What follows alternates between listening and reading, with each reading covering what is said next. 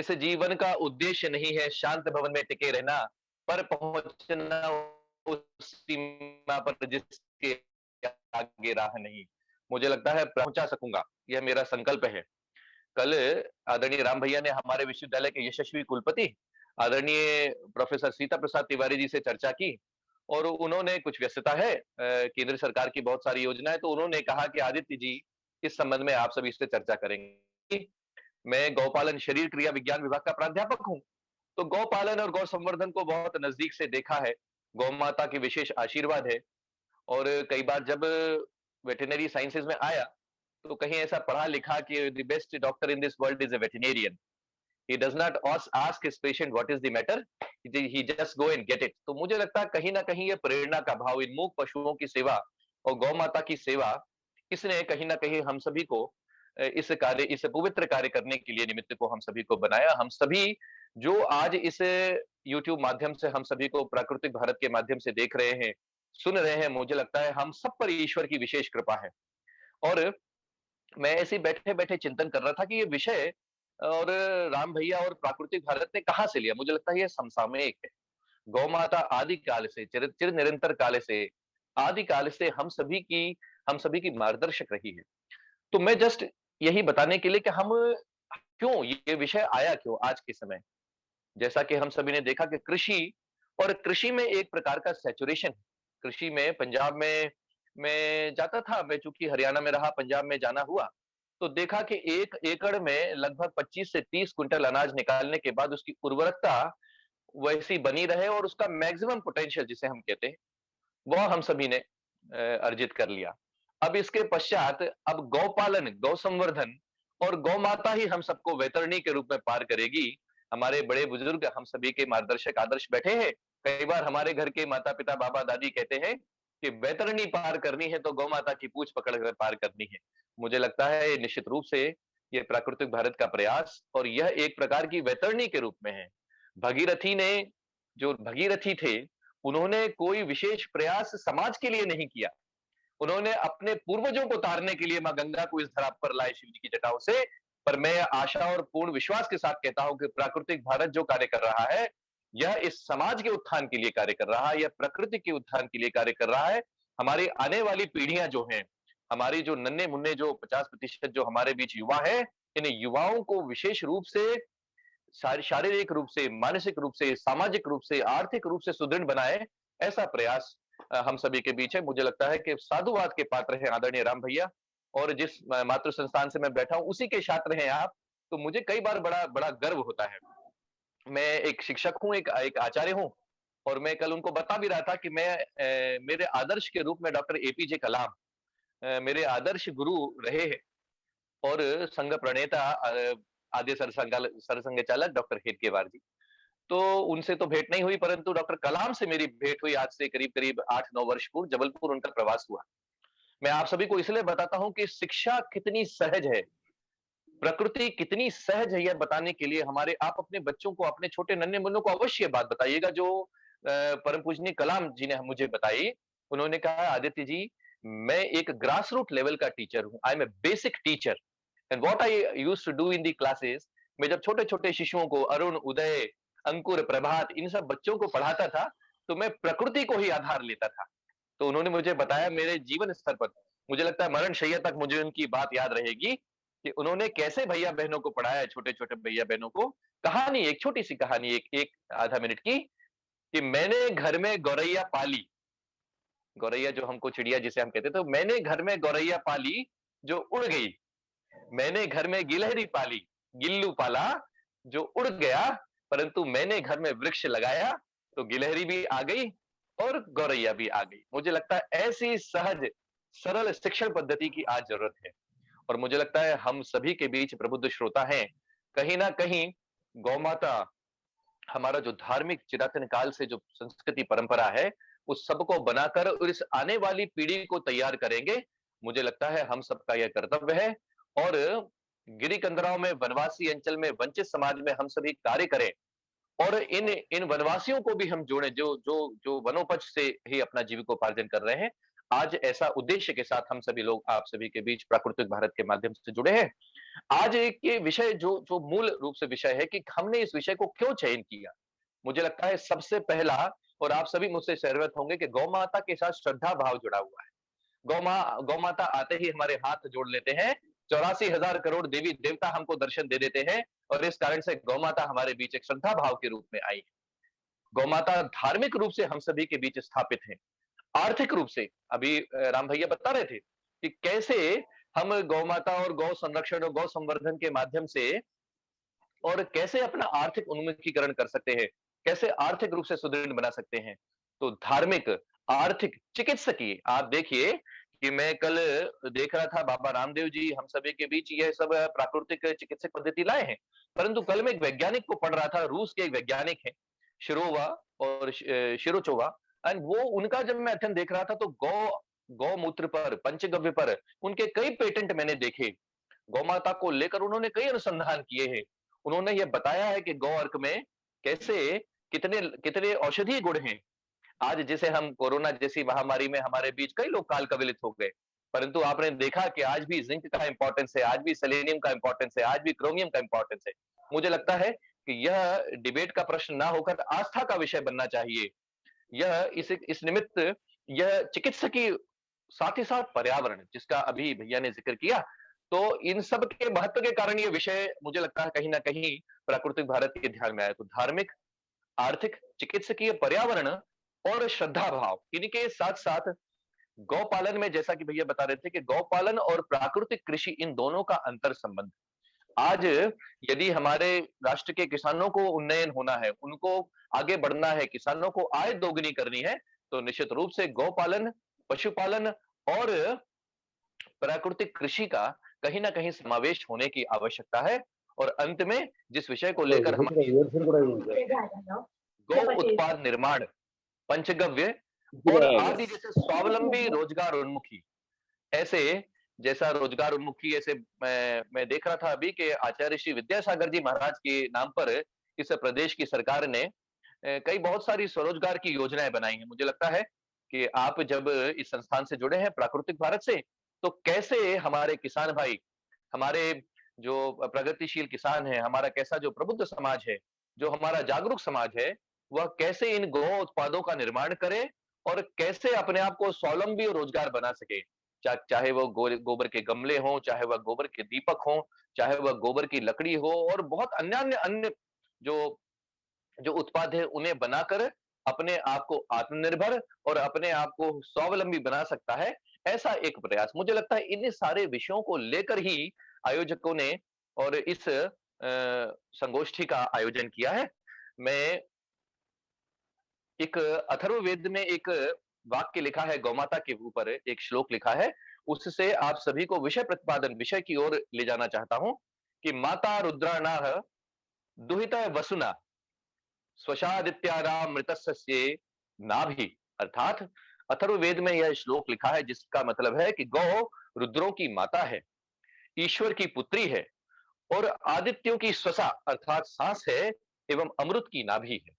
यह आज नहीं, चिर चिरातन काल से और हमारे परिवारों में यह कहीं ना कहीं मानस के रूप में, मानस पटल के रूप में स्थापित है।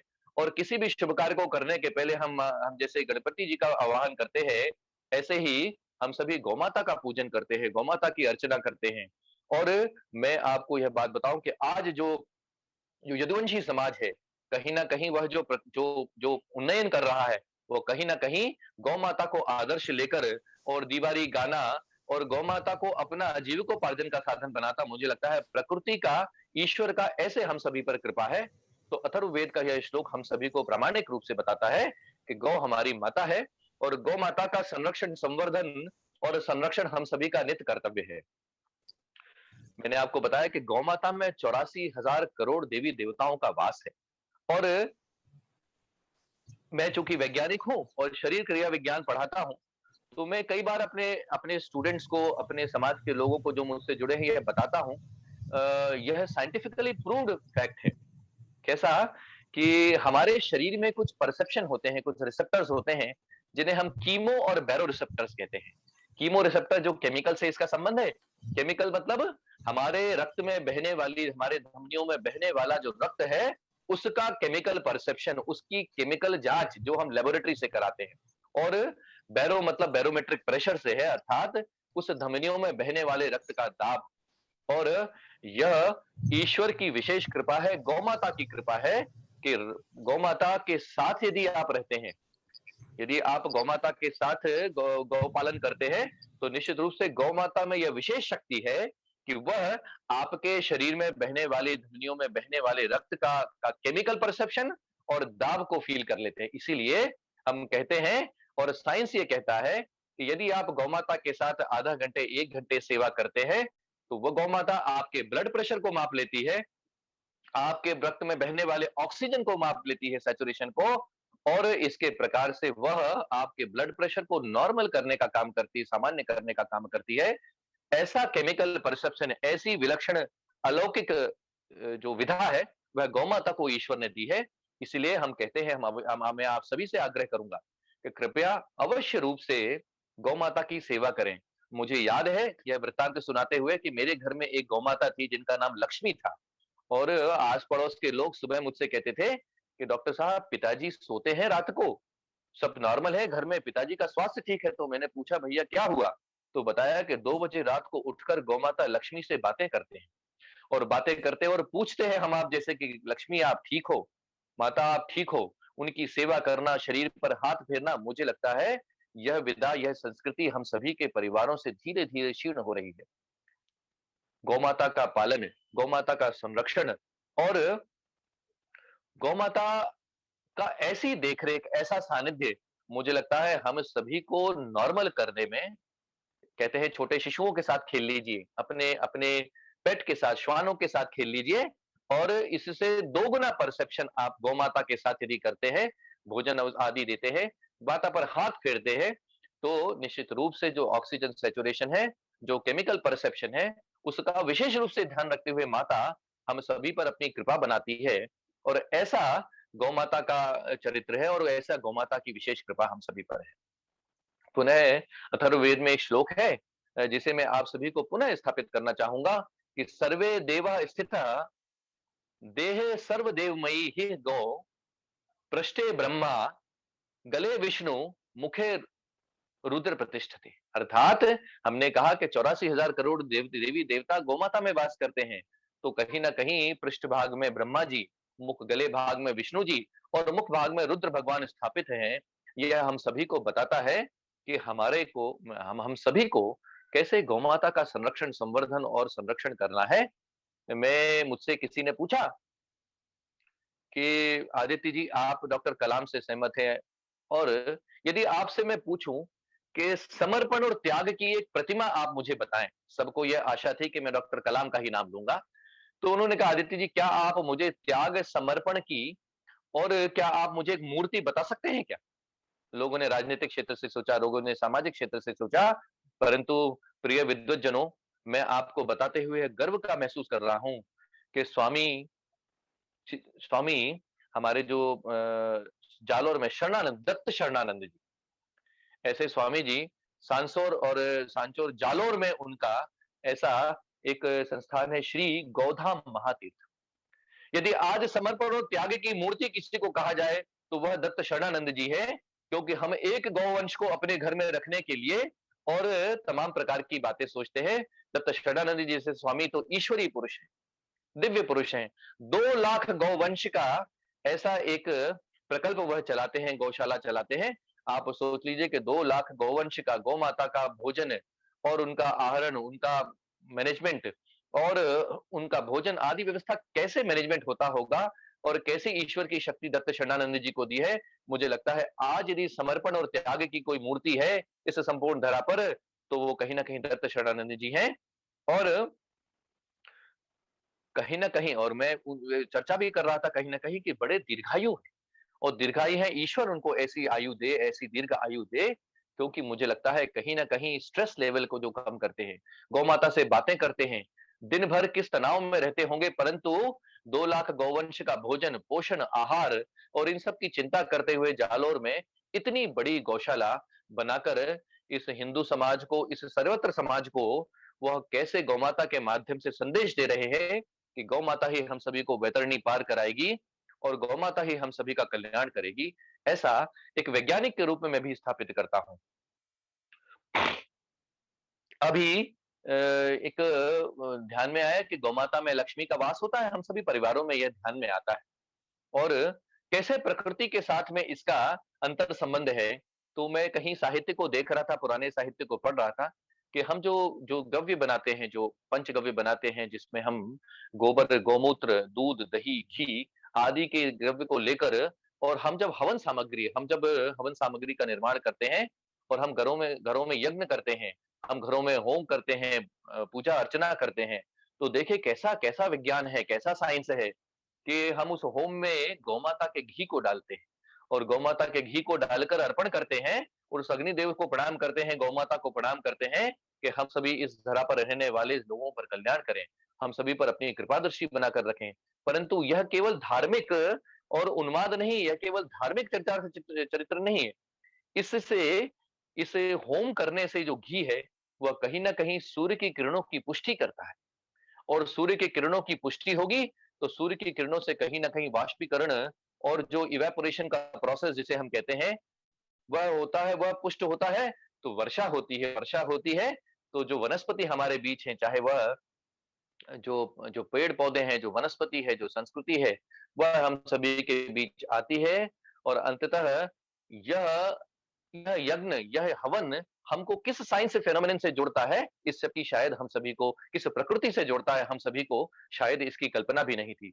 तो हम जब परिवारों में हवन करते हैं, तो कम से कम 5 आहुति गौ द्रव्य की, गौ घी की हम इसमें करते हैं, तो निश्चित रूप से सूर्य देव की जो प्रकृति है, आदित्यस्य नमस्कारम कुर्वन्ते सदा सदा और उस आदित्य को उस भगवान सूर्य को हम पुष्टि करते हैं और उनकी किरणों से निकलने वाली ऊष्मा को हम कहीं न कहीं वाष्पीकरण में कराकर और इस धरा को नव संस्कृति, इस धरा को नव चैतन्य एक कहीं न कहीं एक वाक्य में पढ़ता था, कहीं गीत पढ़ता था कि नव चैतन्य हिलोरें लेता और जाग उठी है तरुणाई। कहीं न कहीं इस तरुणाई को जगाने का कार्य गौमाता के माध्यम से ये प्राकृतिक भारत जो कर रहा है, मुझे लगता है यह अनुकरणीय है, यह समाज के लिए प्रामाणिक हम हमारी संस्कृति में जब भी बात करते हैं, तो गा शब्द का हमारी संस्कृति में बहुत अनंत महत्व है। मैं भगीरथी जी का बता रहा था और ऐसा ही जब बाबा आमटे कुष्ठ रोगियों की सेवा में निकले, तो उनको भगीरथी जी का ही नाम दिया मुझे लगता है और पूना और इसके आस-पास जब उन्होंने कार्य किया तो कुष्ठ रोगियों की सेवा में, मुझे लगता है ऐसा ही प्रामाणिक कार्य यह प्राकृतिक भारत कर रहा है। ईश्वर करे इसको कार्य करने वाले समस्त कार्यकर्ताओं को दीर्घायु दें, सहस्त्र वर्षीय इनकी आयु हो और हम सभी को गौ माता जैसे विषय को लेकर प्रतिपादित कर रहे हैं। मैं आप सभी को साधुवाद और प्रणाम करता हूँ। गौ, गंगा, गीता, गायत्री और गुरु ये 5 गा शब्द हमारे जीवन में हमारे जीवन का अंग बन चुके हैं।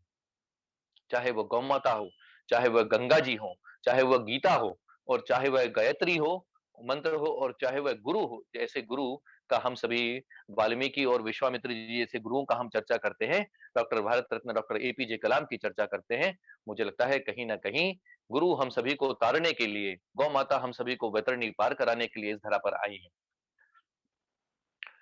मैं चूँकि राष्ट्रीय डेयरी अनुसंधान संस्थान से पढ़ा हूँ और एक दिन मुझे वहाँ के कैटल यार्ड पर जाने का अवसर मिला। पहली बार का ये अवसर था।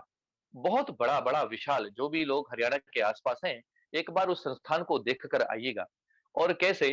तो मैं वहाँ के पशु पोषण जो विशेषज्ञ थे, उनके पास गया और मैंने पूछा कि भाई साहब इस तरफ कौन से गौ माता के और कौन से शेड बने हुए हैं? तो उन्होंने कहा कि आदित्य जी ये कामधेनु हर्ड है। ये कामधेनु शेड है।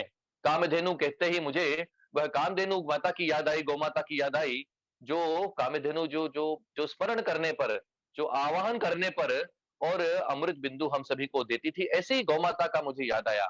मैंने पूछा उनसे कि इनमें रहने वाले गौवंश को हम कामधेनु क्यों कहते हैं? तब उन्होंने बताया कि यह कामधेनु इसलिए है क्योंकि प्रत्येक दिवस प्रत्येक गौ माता 52 लीटर से अधिक दूध देती है, इसलिए हमने इसको कामधेनु कहा है। एड लिबिटम जिसको हम कहते हैं कि अनवरत भोजन उनको दे सकते हैं। मुझे लगता है कि ऐसी कृपा, ऐसा 52 लीटर जो दूध देना है दिन का, यह कोई ईश्वर ही कर सकता है। क्योंकि शरीर क्रिया विज्ञान विभाग का प्राध्यापक हूँ और दूध देने की प्रक्रिया से आप सभी को एक 10-15 सेकंड में अवगत कराना चाहूँगा कि दूध बनता कैसे है। जब देशी नौ गौवंश जो है हमारे जो देसी नस्ल की जो गौवंश है, जिनमें हम साहिवाल, गिर और थारपारकर और ऐसी सब गौ माता को लेते हैं, तो 500 एमएल अर्थात आधा लीटर रक्त जब गौ माता के अयन में संचार होता है, तब 1 एमएल दूध बनता है। ऐसी गौ माता और ऐसा गौवंश जो 52 लीटर दूध दे रही है, आप उस माता के शरीर की उपापचय, उस माता के शरीर का मेटाबॉलिज्म आप समझ सकते हैं कि गौ माता साक्षात ईश्वर तुल्य है। कितना मेटाबॉलिज्म होगा कि 500 एमएल रक्त जब माँ के अयन में संचार होगा, तब 1 एमएल दूध बनेगा।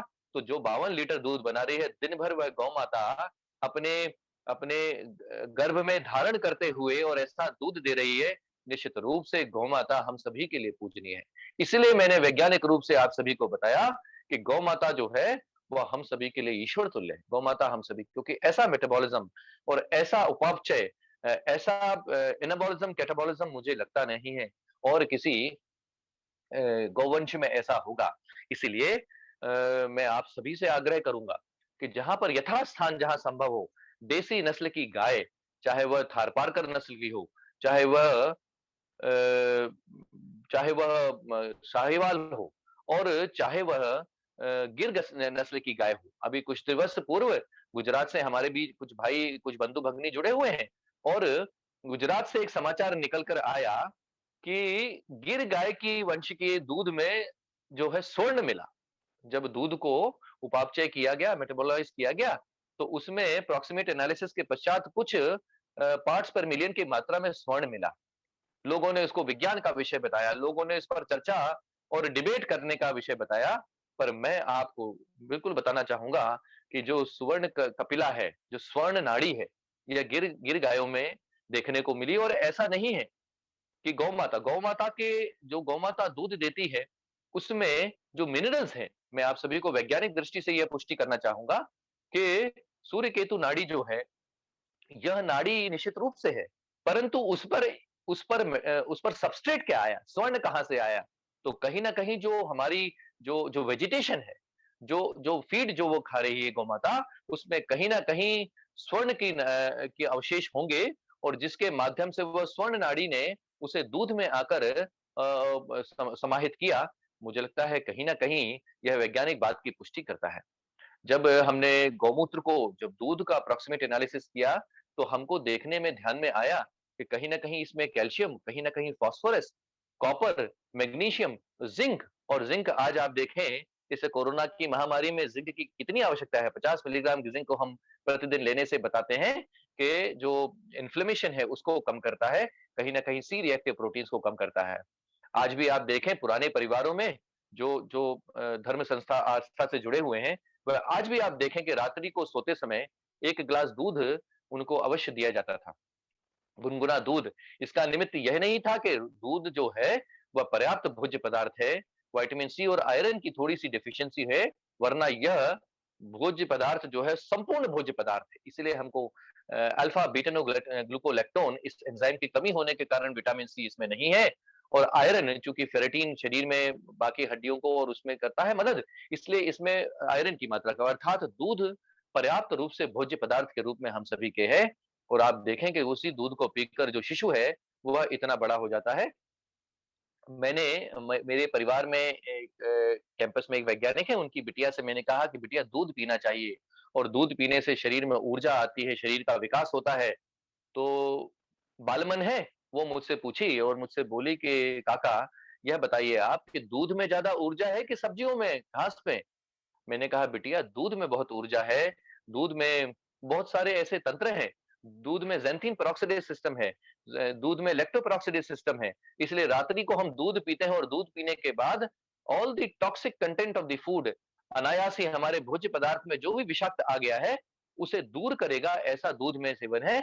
वह बिटिया तपाक से मुझसे बोली कि काका हाथी घास खाता है, हाथी पेड़ की पत्तियाँ खाता है और इतना बड़ा हो जाता है और दूध पीकर तो हम इतने ही होते हैं। यह बालमन है। यह परंतु ऐसा नहीं है, उसकी शारीरिक संरचना से मैंने उस बिटिया को समझाया कि यह शारीरिक संरचना है। हम सभी हष्ट-पुष्ट हों इसलिए दूध का सेवन पुराने परिवारों में अवश्य रूप से हम सभी के बीच होता था। और साथ ही साथ संरक्षण संवर्धन इसलिए आया जब मैं राष्ट्रीय डेयरी अनुसंधान संस्थान में था, तो एक अनुसंधान निकल कर हमारे बीच सामने आया। जो देसी नस्ल की जो गौवंश है, उसमें हम एंटी कैंसरल इसको कहते हैं। यह वैज्ञानिक तरीके से भी प्रूव हुआ है और प्रूव ऐसे हुआ है कि कैंसर पर इसकी इन विवो रिसर्च तो है ही, साथ ही साथ एक लिनोओलिक एसिड जिसे हम कहते हैं ओमेगा पोजीशन पर है, ओमेगा 9-12 ट्रांस लिनोओलिक एसिड है। गौमात्रा के दूध गो दूध में यह इसकी मात्रा ओमेगा 9-12 ट्रांस लिनोओलिक एसिड एक प्रकार का फॉस्फोलिपिड है, एक प्रकार का ओमेगा फैटी एसिड है और इसकी मात्रा अधिक पाई जाती है देशी नस्ल की गौवंश में। और मैं आपको प्रामाणिक रूप से बताना चाहूंगा कि बहुत सारे उपचार हेतु लोग आते हैं, कहीं ना कहीं इसमें एंटी कैंसरल प्रॉपर्टी है, इसलिए गौ माता के दूध में ये ज्यादा से ज्यादा हो और कहीं ना कहीं हमारे शरीर को, गौवंश को के माध्यम से यह कैंसर के अगेंस्ट काम कर सके, इसीलिए गौमाता देसी नस्ल की गायों का दूध हम सभी को सेवन करना चाहिए।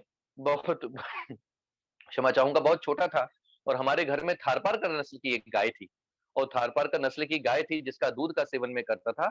बाद में आकर जब कृषि विज्ञान और इसमें पशु अनुसंधान किया तो ध्यान में आया कि दी इंडिजिनस जो हमारी देशी नस्ल की गौवंश है, इनके दूध में फॉस्फोलिपिड्स की मात्रा अधिक है, स्पेशली दोज फॉस्फोलिपिड जिसमें से एक है स्फिंगोमाइलिन। यह फॉस्फोलिपिड स्फिंगोमाइलिन ब्रेन के का इंटीग्रल पार्ट है। ब्रेन का जो मस्तिष्क बनता है, उस मस्तिष्क को बनाने में जो फॉस्फोलिपिड लगता है वह स्फिंगोमाइलिन है और इस दूध में इन देशी गौवंश के दूध में जो स्फिंगोमाइलिन है उसका कॉन्सेंट्रेशन अधिक है और उसका कॉन्सेंट्रेशन अधिक होने के कारण हम कहते हैं कि हमारे छोटे-छोटे बच्चों में आप देखिए कि आईएएस का बच्चा आईएएस ही क्यों बनता है और डॉक्टर का बच्चा डॉक्टर ही क्यों बनता है? कहीं आनुवांशिक तंत्र इसके साथ है और कहीं न कहीं भोज्य पदार्थ और दुग्ध सेवन इसका इसका एक कारण बनता है। एक बीमारी होती है यदि आप पर्याप्त मात्रा में essential amino biological amino high biological value amino acids नहीं लेंगे, जिसे आज के समय के लोग बीमारी नहीं मानते हैं या एक प्रकार की आनुवंशिकता मानते हैं जिसे हम कहते हैं इंटेलेक्चुअल ड्वार्फिज्म। अर्थात इंटेलेक्चुअल ड्वार्फिज्म अर्थात पहले 6 से 7 वर्ष में यदि गौमाता को यदि यदि हम अपने शिशुओं को दूध का सेवन नहीं कराते हैं, तो निश्चित रूप से जो अमीनो एसिड्स हैं, एसेंशियल बायोलॉजिकल अमीनो एसिड्स उनकी कमी हो जाती है और उनकी कमी हो जाती है, तो वह इंटेलेक्चुअल ड्वार्फिज्म नाम की बीमारी हम सभी के बीच आती है। मुझे लगता है कि इन सब बातों को लेकर हम सभी ने आज गौमाता का उपयोग मैंने आपको बताया। अब संरक्षण, संवर्धन और हम कैसे कर सकते हैं? मध्य प्रदेश की सरकार बड़ी यशस्वी सरकार है। मैं किसी पार्टी या किसी राजनीतिक क्षेत्र से नहीं बात कर रहा हूँ, मैं इसलिए बात कर रहा हूँ कि एक 2300 एकड़ का गौ अभयारण्य, ऐसा गौमाता के प्रति सजगता, ऐसी गौमाता के प्रति संवेदनशीलता इस सरकार की है और मैं कई बार महामंडलेश्वर अखिलेश्वर जी जो गौपालन बोर्ड के अध्यक्ष भी थे, उनसे चर्चा करता हूँ कि हमारे गौवंश को हम रोड पर छोड़ देते हैं। हमारे गौवंश और बारिश के समय में आप देखें कि पूरा गौवंश रोडों पर आ जाता है और रात्रि के साथ लाखों गौवंश जो है रोड पर वह काल कवलित हो जाता है। मुझे लगता है प्राकृतिक भारत के माध्यम से ऐसे गौ अभयारण्यों का संकल्प, ऐसे गौ अभयारण्य आदरणीय प्रहलाद पटेल जी हमारे संस्कृति मंत्री हैं और मुझे लगता है ऐसा आदर्श संस्कृति मंत्री मैं उनको इसलिए आदर्श कहूंगा, किसी पार्टी को न समर्थन करते हुए कि 2300 एकड़ का दमोह जिले में उन्होंने गौ अभयारण्य बनाने का संकल्प लिया है, जिसे राज्य शासन ने स्वीकृत भी कर दिया है। ऐसा गौ अभयारण्य जहां पर गौ माता स्वच्छंद रूप से वितरण कर सकती हैं। मुझे लगता है कि कहीं न कहीं ऐसा ऐसा प्रामाणिक सरकारों के कार्य गौ माता के संरक्षण संवर्धन में हम सभी को मदद देते हैं और ऐसा 2300 एकड़ का गौ अभयारण्य हमारे प्रदेश में है जहां पर गौ माता विचरण स्वच्छंद विचरण कर सकती हैं। यह कि एक प्रकार का समाज के लिए उद्बोधन भी है। गौमाता के उपयोग में मैं बात करूंगा और गौमाता का संरक्षण संवर्धन इसलिए है क्योंकि इसके कुछ बाय प्रोडक्ट जिसका मैं पंचगव्य की बात कर रहा था। अभी हमारे विश्वविद्यालय नानाजी देशमुख पशु चिकित्सा विज्ञान विश्वविद्यालय ने भी एक नवाचार किया है। इस नवाचार में हमने इस पंचगव्य इकाई की स्थापना की है और इस पंचगव्य इकाई की स्थापना के साथ मैंने आपको बताया कि गोबर, गौमूत्र, दूध, दही और घी और इसके साथ में पंचगव्य बनाने की एक स्पेशल प्रकार की विधि है जिसमें हम नारियल का पानी और केला और शहद ये सब मिलाकर एक पंचगव्य बनाते हैं। ऐसी एक आउटसोर्सिंग एजेंसी से हमने संपर्क किया है। उत्पाद हमारे देसी नस्ल के गिर नस्ल के साहिवाल नस्ल का दूध होगा और इसके बाद वो एजेंसी हमारे यहाँ आकर और बनाकर ऐसा पंचगव्य बनाकर और समाज को देगी। केवल पंचगव्य ही हमारे बीच केवल एकमात्र साधन नहीं है। अभी पिछले कुछ दिवस पूर्व जब ये कोरोना का काल महामारी नहीं आई थी, तो जबलपुर की जो जो मेयर हैं, वह हमारे बीच विश्वविद्यालय में उनका भ्रमण हुआ और भ्रमण हुआ तो उन्होंने बहुत सारे विषय हम सभी से जाने। जो गमले से जो गोबर के गमले बनाने का विषय है।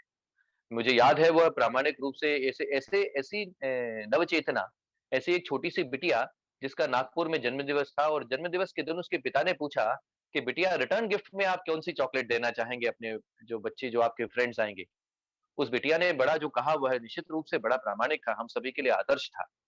उसने क्षमा चाहूँगा, उसने पिता से आग्रह किया कि पिता, एक एजेंसी का नाम बताकर गूगल से देखकर कि यह गोबर के गमले बनाने की एजेंसी है। पिताजी, एक छोटी-सी यदि गमले की गोबर बनाने की एजेंसी हम अपने पौधशाला में, हम अपनी औषधि वाटिका में करते हैं, तो मैं चाहूँगा कि मेरे जन्म दिवस पर गा गोबर से बना हुआ गमला जो है और उसमें एक पौधा लगा, तुलसी का पौधा, ऐसा लगाकर हम यदि देंगे, तो मुझे लगता है कि यह प्राकृतिक रूप से संतुलन और आज के समसामयिक स्तर पर चरितार्थ होगी। और ऐसा उन्होंने उस बिटिया की कल्पना थी। मुझे लगता है कि ऐसा बालमन और ऐसी कल्पना तो आज के माध्यम से, आज वर्तमान में जो उत्पाद हैं गौमाता के माध्यम से, चाहे वह गाय का गोबर हो, चाहे गौमूत्र हो, चाहे दूध हो, चाहे दही हो, चाहे घी हो, इन पंचगव्य उत्पादों के माध्यम से, और जैसा कि मैंने बताया कि प्रदेश सरकार ने आचार्य श्री विद्यासागर ऐसी योजना, उन्होंने स्वरोजगार की योजना बनाई है और जिसके माध्यम से हमारा जो ग्रामीण है, हमारा जो पशुपालक है, हमारा जो किसान है, वह स्वावलंबी और आत्मनिर्भर हो सकता है। ऐसी योजना राज्य सरकार ने लागू की है। मुझे लगता है गाय के गोबर में, गोबर से जो गोबर घनबट्टी बनती, गाय के गोबर में बहुत सारी औषधीय गुण हैं और औषधीय गुण होने के कारण आप देखें, मैं वही जब मैं बच्चों को बिहेवियरल साइंस पढ़ाता हूँ, डॉक्टरेट लेवल पर, तो मैं बताता हूँ कि गौ माता में कितना विज्ञान है, कैसा वैज्ञानिक तथ्य है। आज भी आप देखें कि गौ माता, जब आज का समय तो स्टाल का आ गया है, छोटे-छोटे घर हो गए, नहीं तो पहले गाँव में, आज भी गाँव में गौ माता सुबह ब्रह्म मुहूर्त में और घर से निकलती हैं और चरने के लिए जंगल में जाती हैं और उसके पश्चात लौटकर घर को वापस आती हैं। परंतु एक जो वैज्ञानिक आपको तथ्य में से अवगत कराना चाहूँगा कि गौ माता कितनी कितनी संवेदनशील है अपने पशुपालक के प्रति। निकलते समय घर में ही गोबर करके जाना और लौटकर रा शाम को फिर पुनः घर में ही गोबर करना, ये कहीं न कहीं उस माँ की, कहीं उस माँ का आशीष है, उस माँ की कल्पना है कि जिस परिवार ने मेरा भरण-पोषण कर रहा है, जिस परिवार मेरा लालन-पालन कर रहा है, उस परिवार को आर्थिक रूप से सुदृढ़ बनाने हेतु और वैज्ञानिक रूप से और निरोगी रखने हेतु उस गोबर को वह उस घर में ही देकर जाती। गोबर खाते हैं, गोबर से हम लीपते हैं, गोबर का से हम एरिया को सैनिटाइज करते हैं, एंटी फंगल है गोबर। और उसके साथ-साथ मैं अभी वही देख रहा था कि गोबर की जो घनबटी जो हम गौ घनबटी बनाते हैं, वो देखिए कितना कैसी प्रकृति है कि गोबर की जो जो बनने वाली जो गौ घनबटी है, उसे चाहे आप डायरिया में ले लें, चाहे कॉन्स्टिपेशन में ले लें, दोनों समय वो यह प्राकृतिक आशीष उस गौमाता का है। और आज आप देखें कि लगभग 4500 टन गोबर जो है हमारे राष्ट्र में प्रतिदिन होता है और यदि इसको हम गोबर गैस के माध्यम से कन्वर्ट कर देते हैं, तो कहीं न कहीं 6 करोड़ 80 लाख टन लकड़ी जो है, वह बचेगी और गोबर की लकड़ी बचेगी, तो कहीं न कहीं 14 करोड़ वृक्ष, ऐसे 14 करोड़ ट्री हम सभी बचा लेंगे, तो कहीं न कहीं पेड़ काटने का यह जो प्रसंग है, यह हम सभी के ध्यान में भी आएगा और पर्यावरण के साथ जो मैंने आपको इस विषय को लिया, मैं यहाँ पर एक विशेष उल्लेख करना चाहूँगा कि इस गोबर का उपयोग गोबर के गमले के रूप में एक छोटी-सी मशीन के माध्यम से मुझे लगता है प्राकृतिक भारत भी कर रही है और बहुत सारी ऐसी एजेंसियाँ हैं, जो एक सस्ती-सी मशीन, और मुझे लगता है बहुत ज़्यादा राशि इसकी नहीं है, और मिट्टी और गोबर का एक संतुलित मात्रा में बनाकर ऐसे गाय के गोबर से ऐसे गमले बनाकर और उन गमलों को बनाने की मशीन का प्रचार-प्रसार इस समाज में हो, ऐसा भी निमित्त है। साथ ही साथ इस गोबर को लाइफोलाइजेशन जिसे हम कहते हैं मॉइस्चर हटाकर और गोबर को हम, क्या गोबर की लकड़ी बना सकते हैं क्या?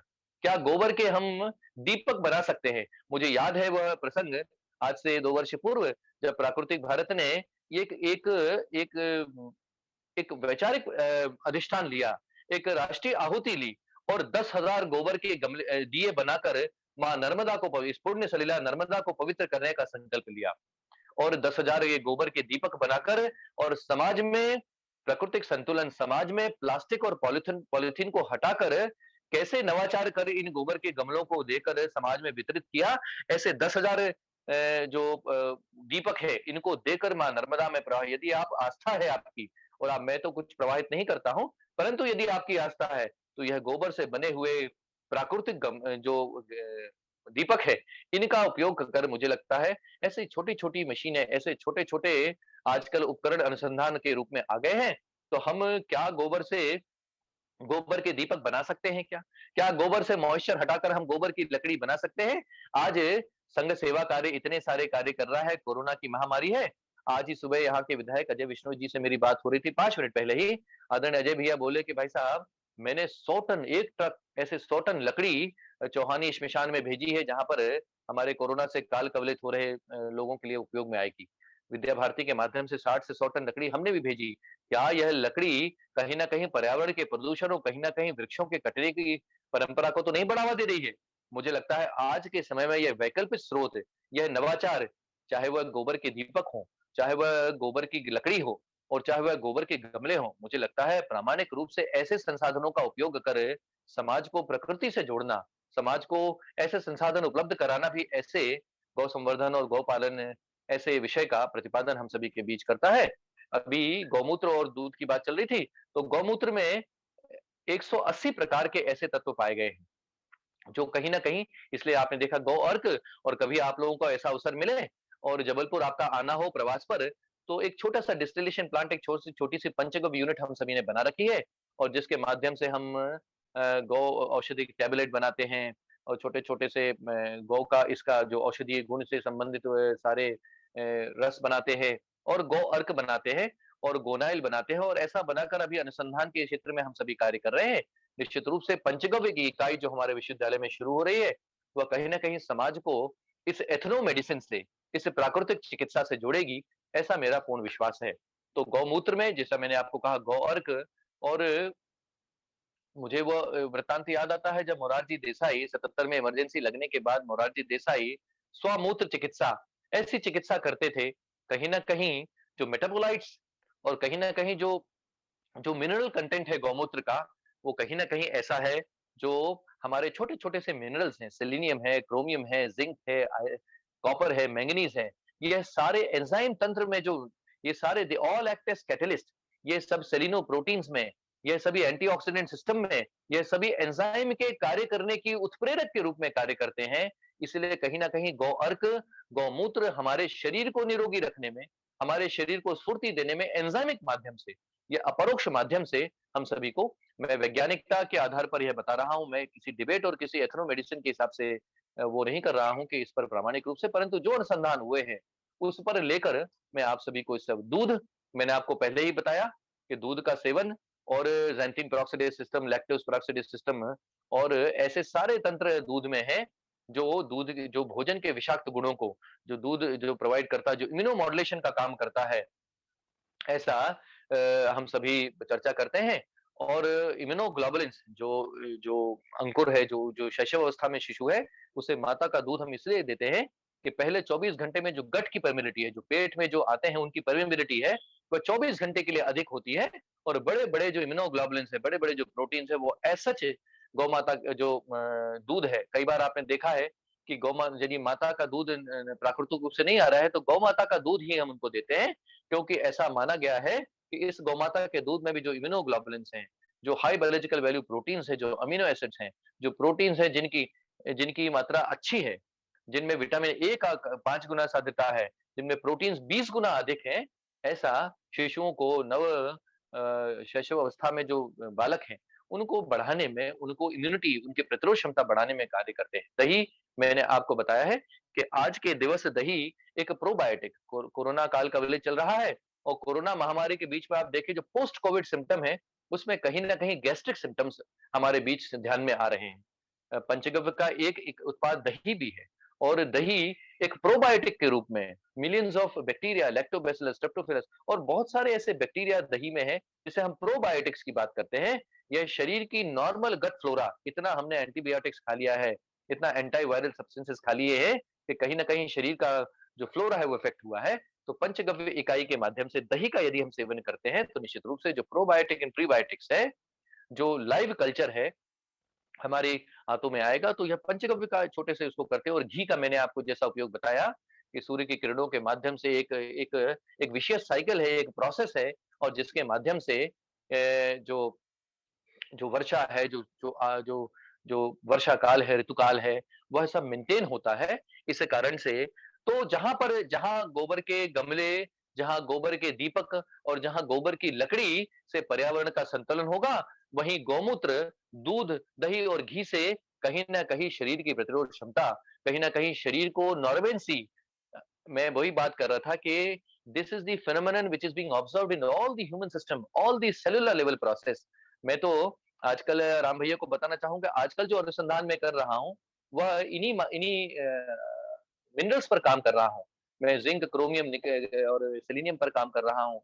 हीट शॉक प्रोटीन्स पर काम कर रहा हूँ कि कोशिका के स्तर पर, सेल के स्तर पर तनाव को क्वांटिफिकेशन करना, चाहे वो रियल टाइम पीसीआर हो, चाहे वेस्टर्न ब्लॉट हो, तो यह सब वैज्ञानिक पद्धतियों से तनाव को कम करना, और तनाव कम करने के पश्चात हम समाज को कुछ चरितार्थ कर सकें, समाज को निरोगी रख सकें, समाज को स्वस्थ रख सकें, ऐसा निमित्त यह गौमाता, इसलिए इसका संरक्षण, संवर्धन और संरक्षण हम सभी के लिए आवश्यक है।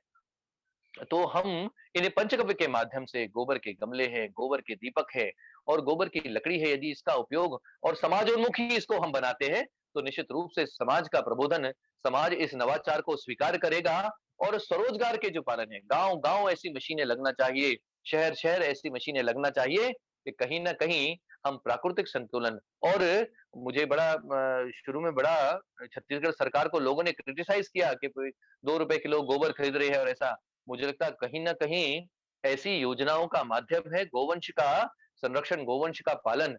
आज की स्थिति, वर्तमान परिस्थिति में हम क्या करते हैं? वर्तमान परिस्थिति में मैंने आप सभी के ध्यान में लाया कि हम गोवंश को छोड़ देते हैं, और गोवंश को छोड़ देते हैं, और जिस कारण से वो रोडों पर आ जाता है, गोवंश का ध्यान नहीं रखते हैं।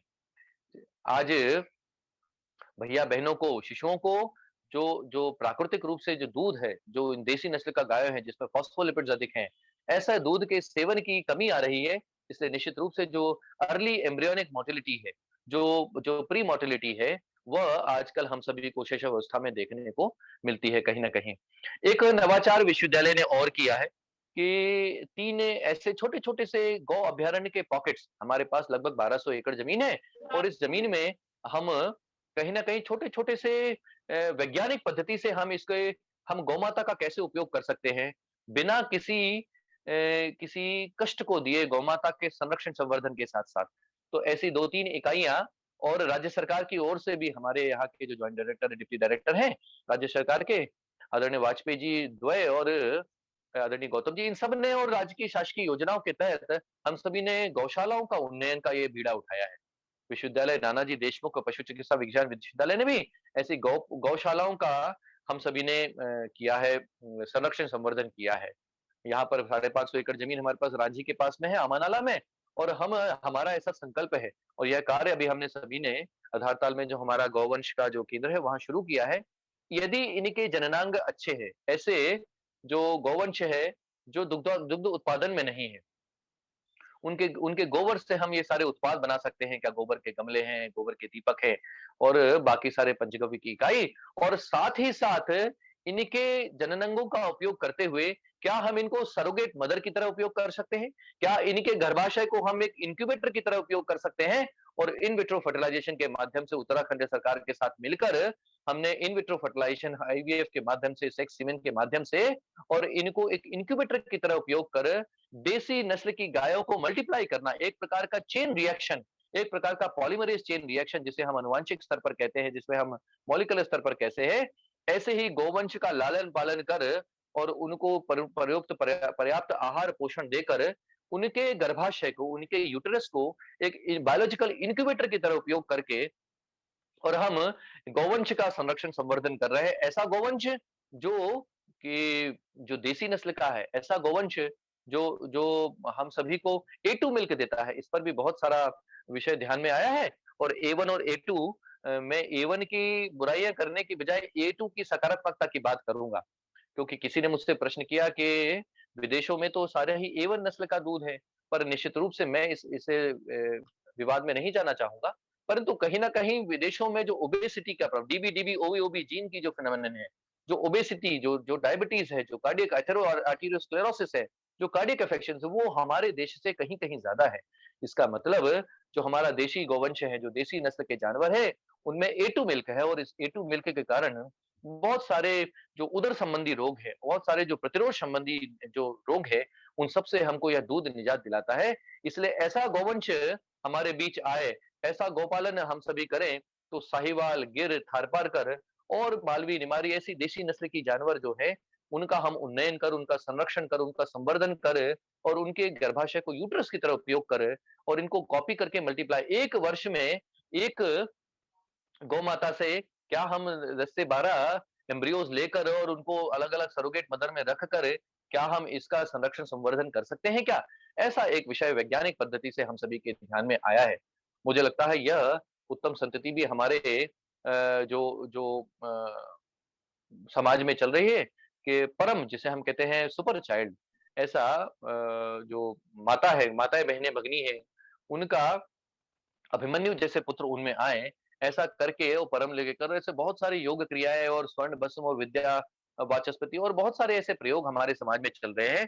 ऐसा ही एक नवाचार गौ वंश में गौ माताओं के साथ में इस विश्वविद्यालय ने और ये काफ़ी समय से चल रहा है। राष्ट्रीय डेयरी अनुसंधान संस्थान और बहुत सारी संस्थान इस आईवीएफ के इन विट्रो फर्टिलाइजेशन के माध्यम से लेबोरेटरी में कहीं न कहीं एम्ब्रियो का जेनेसिस कर ऐसे गौवंश का प्रचार-प्रसार करेगा। ऐसा मुझे लगता है हम सभी का मानस है। हम सभी काफ़ी समय से इस विषय को लेकर जा रहे हैं। मुझे लगता है कि इस आज के प्राकृतिक भारत के जो जो विषय था, समसामयिक विषय था, मुझे लगता है कि कहीं न कहीं यह बड़ा ही प्रामाणिक था, समाजोन्मुखी था और हम सभी के ज्ञान चक्षु खोलने के लिए था। हम सभी पुनः गौमाता से जुड़ें, हम सभी गौमाता का संरक्षण संवर्धन करें। हम कहीं न कहीं गौमाता के प्रति संवेदनशीलता रखें और स्वयं को ऐसी माता, ऐसी प्राणिनी प्राणदा जो अपने शिष्यों को, अपने पालक को जो कहीं न कहीं कुछ न कुछ देकर ही जाने का ऐसा भाव रखती है, ऐसी सर आपका आवाज़ शायद कटा सर। म्यूट पे हो गए हैं आप। हेलो। मेरे कॉल आ गया था। तो मुझे लगता है कि चाहे वह गौमाता का संरक्षण संवर्धन हो, चाहे प्रकृति का संवर्धन हो, चाहे श्रद्धा का भाव हो, चाहे धार्मिक भाव हो और चाहे प्राकृतिक संतुलन, प्राकृतिक भारत के माध्यम से मुझे लगता है कि हम सभी इनके साथ जुड़कर ऑर्गेनिक फार्मिंग और जो छोटे-छोटे से उपकरण हैं वो हम सब बनाएँगे। एक छोटी-सी बात केवल ये उपकरण जो मैंने देखा गोबर के गमले बनाने का, एक रुड़की में वैज्ञानिक है प्रोफ़ेसर मिश्र, मेरा उनसे 4 वर्ष पूर्व एक एक किसी माध्यम से मेरा उनसे भेंट होने का अवसर मिला बरेली में और वो मुझसे बोले कि आदित्य जी मैं एक चिंतक हूँ, मैं एक प्रकृति चिंतक हूँ। मैंने कहा बोले आदित्य जी मेरे नाम 10 पेटेंट हैं और उन्होंने जो अपनी लेटेस्ट पेटेंट मशीन का मुझे कराया, मुझे लगता है प्रकृति हम सबको कितना सिखाती है। उन्होंने जो सेक्सिंग प्रोसेस है फ्रॉग्स का, उसको देखते हुए एक मशीन बनाई है। ऐसी मशीन बनाई है क्योंकि जब फ्रॉग जब मीटिंग प्रोसेस करते हैं, तो आप इंटरनेट पर जाकर देखिएगा एक फ्रॉग जनरेट होता है, एक झाग जनरेट होता है और उसके माध्यम से धीरे-धीरे स्पर्मेटोज़ोआ आते हैं। यह देखकर इस घर्षण की क्रिया को देखकर उनके मन में ध्यान में आया और उन्होंने एक ऐसी हमारे साथ बहुत सारे इंजीनियर्स भी जुड़े हैं। एक ऐसी इलेक्ट्रोमैग्नेटिक फील्ड जो जनरेट होता है जिससे नैनो पार्टिकल जनरेट होता है और ऐसा उन्होंने एक मशीन बनाई और जिसका उन्होंने ताइवान से उसका पेटेंटिंग कराई लगभग 11 से 12 लाख रुपए की मशीन वो है और जिसको प्रामाणिक रूप से वो इलेक्ट्रोमैग्नेटिक फील्ड जनरेट करके और कहीं न कहीं सीमेन को सेक्सिंग करने का कार्य, कहीं न कहीं नैनो पार्टिकल बनाने का कार्य, आजकल आप जो कुछ भी दे रहे हैं, चारकोल है, आजकल बहुत सारे हमारी माताएँ-बहनें, बंधु-भगिनी, मातृशक्ति जुड़ी हुई है और बहुत सारे ऐसे चारकोल एक्टिवेटेड बहुत सारे ऐसे पदार्थ आ रहे हैं जिनको चेहरे पर लगा लीजिए तो एक्टिवेटेड चारकोल नैनो पार्टिकल के रूप में है। मुझे लगता है कि ऐसे छोटे-छोटे प्राकृतिक अनुसंधान हम सभी को किसी नई दिशा की ओर अग्रसर करते हैं। ऐसे ही ये छोटी-छोटी मशीनें गोबर के गमले बनाने की है, गोबर से दीपक बनाने की हैं, गोबर से लकड़ी बनाने की है, कहीं न कहीं समाज में उत्प्रेरक का काम करेंगी, समाज को नई चिति, चरित्र और दिशा देंगी। मुझे लगता है रोजगार का इससे अच्छा साधन ग्रामीण अंचलों में और नगरीय अंचलों में जो adjoining villages semi urban area है, वहाँ पर नहीं हो सकता है। तो मुझे लगता है कि एक भाग तो उसका जो जो न्यूट्रिशनल एस्पेक्ट है, जो धार्मिक और श्रद्धा भाव है और दूसरा पंचगव्य उत्पाद और बाकी अन्य-अन्य उत्पादों के माध्यम से हम अपने आप को सुदृढ़ कर सकते हैं, हम अपने आप को आर्थिक रूप से सुदृढ़ कर सकते हैं। मुझे लगता है कि आज का ऐसा विषय हम सभी के ध्यान में आता है और हम सभी इसको चेन रिएक्शन की तरह फैलाएँगे, एक दूसरे को गौ माता के प्रति संवेदनशील करेंगे। मुझे लगता है कि ऐसा आज के इस बौद्धिक का आज के इस संगोष्ठी का मूल उद्देश्य है। मुझे लगता है कि मैं अपनी बात इस अल्पकाल में रखने में आप तभी तक पहुँचाने में संभव हुआ हूँ और एक मैं भी एक छात्र हूँ और अनुसंधान करना हम सभी की प्रवृत्ति है, हम सभी का संस्कार है। हम सभी विश्वविद्यालय के यशस्वी कुलपति प्रोफेसर तिवारी जी के मार्गदर्शन में हम नित्य नूतन और चतुर्दिक प्रयास कर रहे हैं। मुझे लगता है कि प्राकृतिक भारत, नानाजी देशमुख पशु चिकित्सा विज्ञान विश्वविद्यालय और आप जैसा समाज का प्रबुद्ध जन, विद्वत जन जब जुड़ेगा तो निश्चित रूप से मैं कल राम भैया को बता रहा था कि slow and steady changes are called as evolution and fast and dynamic changes are called as revolution. हमको समाज में रिवोल्यूशन तो लाना है, परंतु कैसे स्लो एंड स्टडी, धीरे, सतत, सहज ऐसे कार्य करते हुए हम सभी को गौ-माता के प्रति जागरूकता करते हुए और सभी लोग घर में मातृशक्ति हमारे साथ है, गौ ग्रास निकालें, गौ माता के लिए एक रोटी निकालें और गौ माता के प्रति धार्मिक जो भाव है हम सभी बनाकर रखें। गौ माता हम सब पर विशेष रूप से कल्याण करेगी और गौ माता के माध्यम से हम सभी इस वैतरणी को पार करेंगे, ऐसा मुझे आशा ही नहीं पूर्ण विश्वास है। और एक वाक्य जो मैंने कहीं पढ़ा था जिससे मैं इस मातृ संगठन से जुड़ा कि संघ का विश्वास मुझको खींचता जाता निरंतर, ध्वजा का विश्वास मुझको खींचता जाता निरंतर। ऐसे ही इस अलौकिक पशु चिकित्सा की सेवाओं में मुझे देने का अवसर मिला, वैज्ञानिक बनने का, प्राध्यापक बनने का अवसर मिला। गौ माता हम सब पर विशेष कृपा करे और गौ माता का संरक्षण, संवर्धन हम सभी का संकल्प हो। ऐसे मानस के साथ, ऐसे चित्ती चरित्र के साथ मैं अपनी वाणी को विराम दूँगा और आप सभी में विद्यमान उस परम परमेश्वर को प्रणाम करते हुए, गौ माता को प्रणाम करते हुए मैं इस आह्वान आप सभी के माध्यम से करूँगा कि ऐसे इस प्राकृतिक भारत जैसे संस्थान और हमारे विश्वविद्यालय जैसे संस्थानों के साथ जुड़कर अन्य-अन्य जो भी नवाचार हम कर सकते हैं, वह सब करें।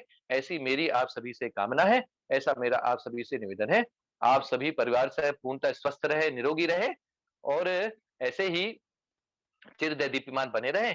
इतना 2 बातें मैंने आज आप सभी के बीच रखी। आशा करता हूँ कि आप सभी इससे लाभान्वित होंगे और कहीं न कहीं इस व्यवसाय से और इस पृष्ठभूमि से जुड़ेंगे। ऐसी ही ईश्वर से कामना करते हुए अपनी वाणी को विराम देता हूँ। सभी को पुनः प्रणाम करते हुए मैं अपनी वाणी को विराम देता हूँ। जय श्री राम।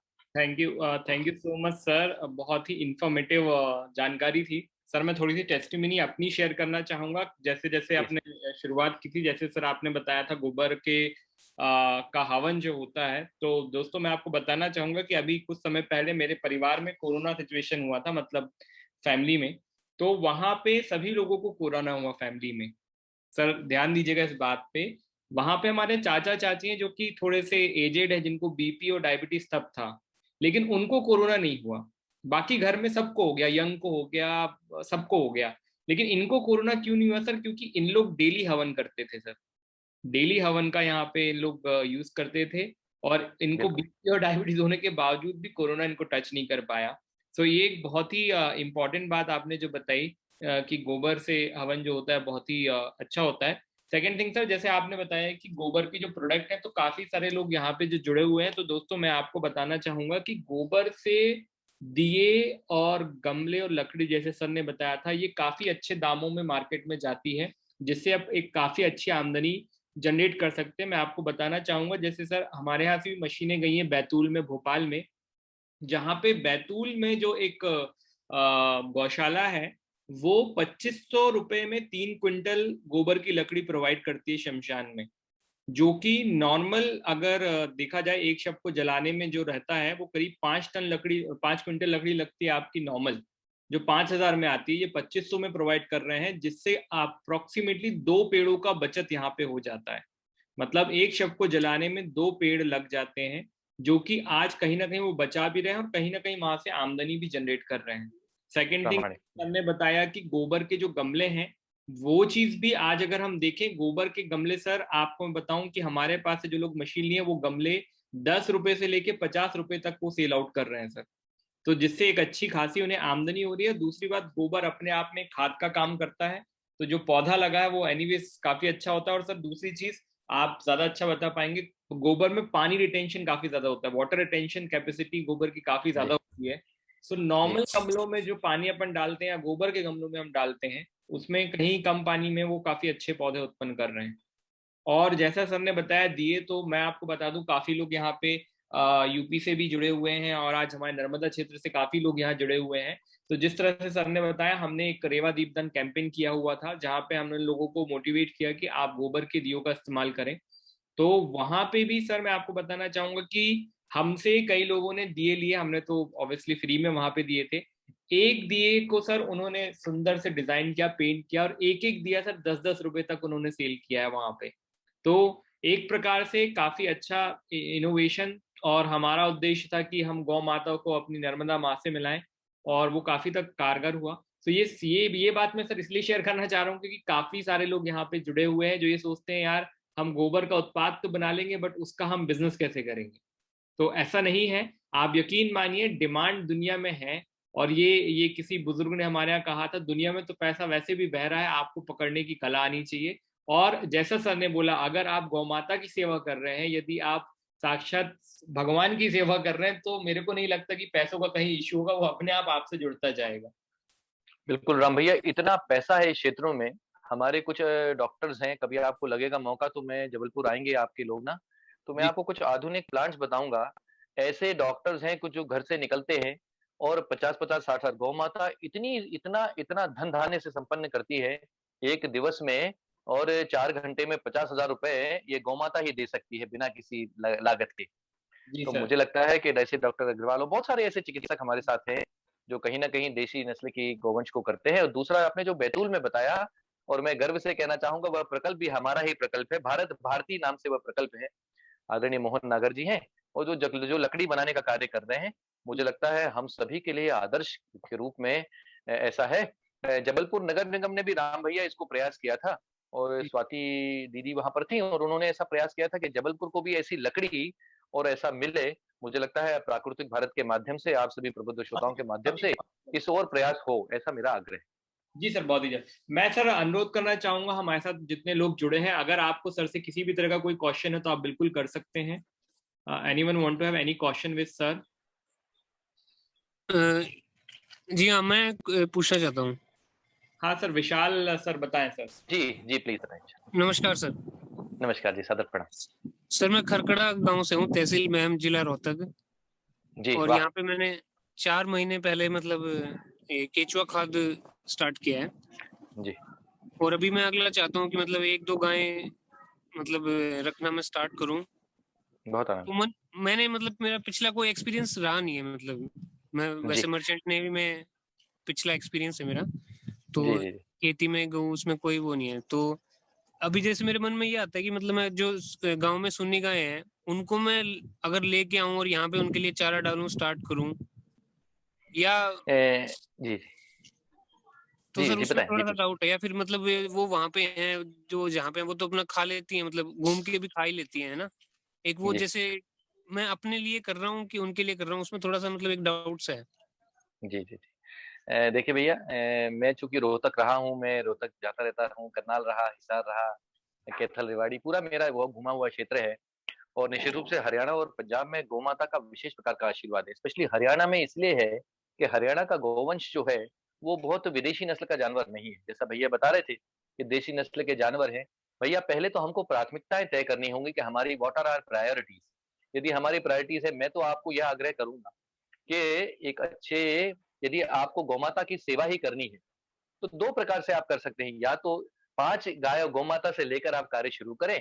3 ऐसी गौमाता जो भी जो जिन जो जो मतलब ऐसी जो फ़िरेल जिसे हम कहते हैं घूम रही हैं, जिनको जो उत्पादन क्षमता में नहीं है।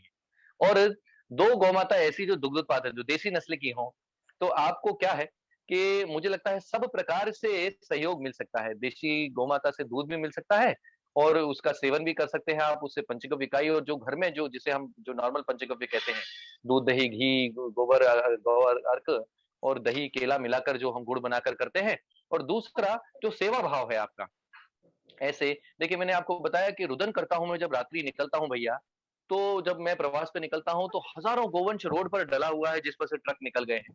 मुझे लगता है यह अनुपम कार्य भी यदि आप करते हैं कि 3 से 4 गोवंश को अपने खेत पर, अपने गाँव में इनको रख कर उनका भोजन लालन-पालन करते हैं और साथ ही साथ 2 गोवंश ऐसा रखते हैं, जो कि जो दुग्ध उत्पादन में हो, जो देसी नस्ल का हो जिससे घर के भैया-बहनों को अच्छा दूध मिल सके। मुझे लगता है एक प्रकार का होलिस्टिक अप्रोच यदि आप करते हैं, तो निश्चित रूप से मुझे लगता है यह बहुत आर्थिक रूप से तो नहीं होगी लेकिन परिवार के लिए, स्वयं के लिए और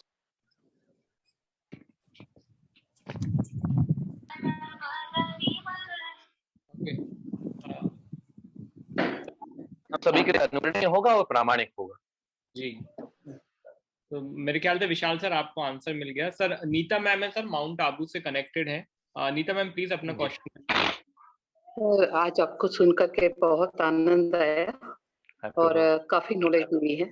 और ऐसे ही हमारे यहाँ पर अभी हम लोग ग्राम विकास विंग है हमारी, तो भी मौका तो जरूर आपका एक यहाँ पर आना बहुत अनिवार्य लगता है। मैं आया हूँ, मैं और आपको बताना दूसरा चाहूँगा क्वेश्चन दीदी ये कि मैं है वहाँ मेरा। आया हूँ, पर मेरा आपसे मैं अगली बार आता हूँ। मैं परीक्षा लेने के लिए आया था तो माउंट आबू में दिन भर था। हाँ हाँ अब अगली बार आऊँगा तो अवश्य भेंट करूँगा और आपसे कुछ आशीर्वाद लूँगा और कुछ बातें साझा करूँगा। बिल्कुल। और बिल्कुल हमारी कॉन्फ्रेंस होगा तब भाई भाई जी को भी मैंने बोला है और जी। आपको भी बोला है। और यहाँ पर एक एग्जाम्पल सेट करना थोड़ा चाहती तो हूँ, पर बिल्कुल। हिम्मत नहीं बनती है गौ माता को लालन दीदी पालन अभी करना। जस्ट आपको एक बताने के लिए एक मेरा मित्र है जबलपुर में ही, राम भैया हम्म, उसको जानते होंगे। डीएम हम्म, न्यूरोलॉजी है, डॉक्टर लक्ष्मी नारायण हाँ शर्मा। और हाँ उनकी जो जी। वाइफ है वो मेडिकल कॉलेज में प्रोफेसर हैं बायोकेमिस्ट्री की। चूँकि मैं हम बचपन से साथ पढ़े, हम लोग पारिवारिक हैं। तो हाँ उनके मतलब उनके ससुर बाबा जो है यहाँ की एक डेयरी चलाते हैं, देशी गौवंश के साथ में शर्मा डेयरी के नाम से। इतने हम्म, प्रामाणिक हैं दीदी वो कहते हैं कि दूध में जिस दिन मैं पानी मिला दूँगा भैया मेरा अस्तित्व, मेरा जीवन समाप्त हो जाएगा। मैं इस दुनिया में रहने लायक नहीं बचूँगा। इतना हम्म, प्रामाणिक, इतना सत्य परिवार पिछले 50 वर्षों से बोले जो आप धन-धान्य मेरे घर देख रहे हैं, ये देसी न गौ माता के कारण ही है। और अभी हमारे यहाँ इतना सहयोग करते हैं वो 28 कुंटल अनाज उन्होंने दिया। मुझे लगता है कि दीदी गौ माता तो आशीर्वाद ऐसा देती, मैं बता रहा ना मेरे पिता जब हमने गोवंश अपने घर से हटाया तो मेरे पिता बहुत दिन के लिए डिप्रेशन में चले गए।